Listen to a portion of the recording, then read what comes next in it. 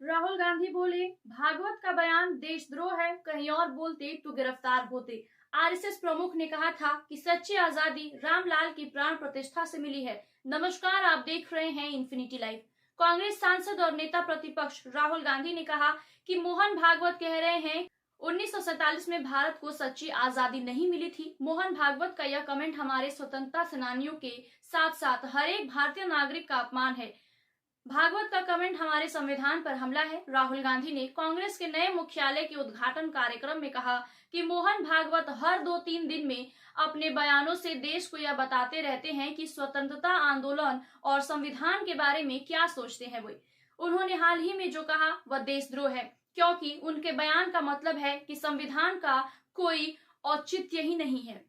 राहुल ने कहा कि भागवत के हिसाब से अंग्रेजों के खिलाफ आजादी की लड़ाई का कोई महत्व नहीं है। मोहन भागवत अगर किसी और देश में ऐसा बयान देते तो गिरफ्तार हो जाते, उनके खिलाफ केस भी चलाया जाता। दरअसल भागवत ने 13 जनवरी को इंदौर में एक कार्यक्रम में कहा था कि अयोध्या में रामलला की प्राण प्रतिष्ठा की तिथि प्रतिष्ठा द्वादशी के रूप में मनाई जानी चाहिए, क्योंकि अनेक सदियों से दुश्मनों का आक्रमण झेलने वाले देश को सच्ची स्वतंत्रता इस दिन मिली थी। राहुल बोले, हमारे पास कृष्ण, नानक, बुद्ध, कबीर क्या है? सब आरएसएस की विचारधारा है। राहुल गांधी ने आगे कहा कि हमारी विचारधारा कल सामने नहीं आई, हमारी विचारधारा हजारों साल पुरानी है। यह हजारों सालों से राष्ट्रीय स्वयंसेवक संघ यानी कि आरएसएस की विचारधारा से लड़ रही है। हमारे अपने प्रतीक हैं, हमारे पास शिव है, हमारे पास गुरु नानक है, हमारे पास कबीर है, हमारे पास महात्मा गांधी है। ये सभी हमें यानी देश को सही रास्ता दिखाते हैं।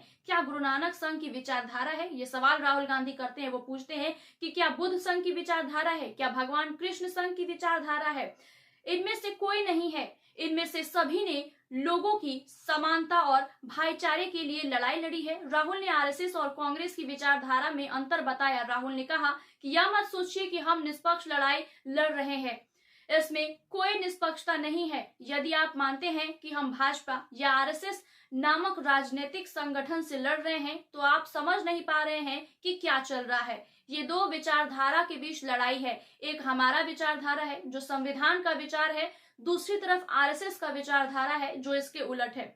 राहुल ने चुनाव आयोग की निष्पक्षता पर सवाल उठाए और राहुल ने कहा कि आप सभी जांच एजेंसियों को सिर्फ यही काम दिया गया है कि कैसे विपक्षी नेताओं को घेरा जाए और उन्हें जेल भेजा जा सके।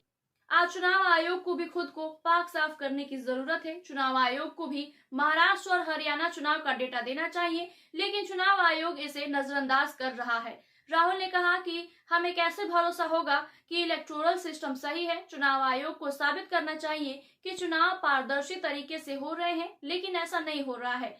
वहीं खड़गे और सोनिया गांधी ने किया कांग्रेस के नए मुख्यालय का उद्घाटन। सोनिया गांधी और मल्लिकार्जुन खड़गे ने कांग्रेस के नए मुख्यालय इंदिरा गांधी भवन का उद्घाटन किया। 9A कोटला रोड, नई दिल्ली अब कांग्रेस पार्टी का नया पता है। करीब 46 साल बाद पार्टी ने अपना पता बदला है। इससे पहले पुराना ऑफिस 24 अकबर रोड था।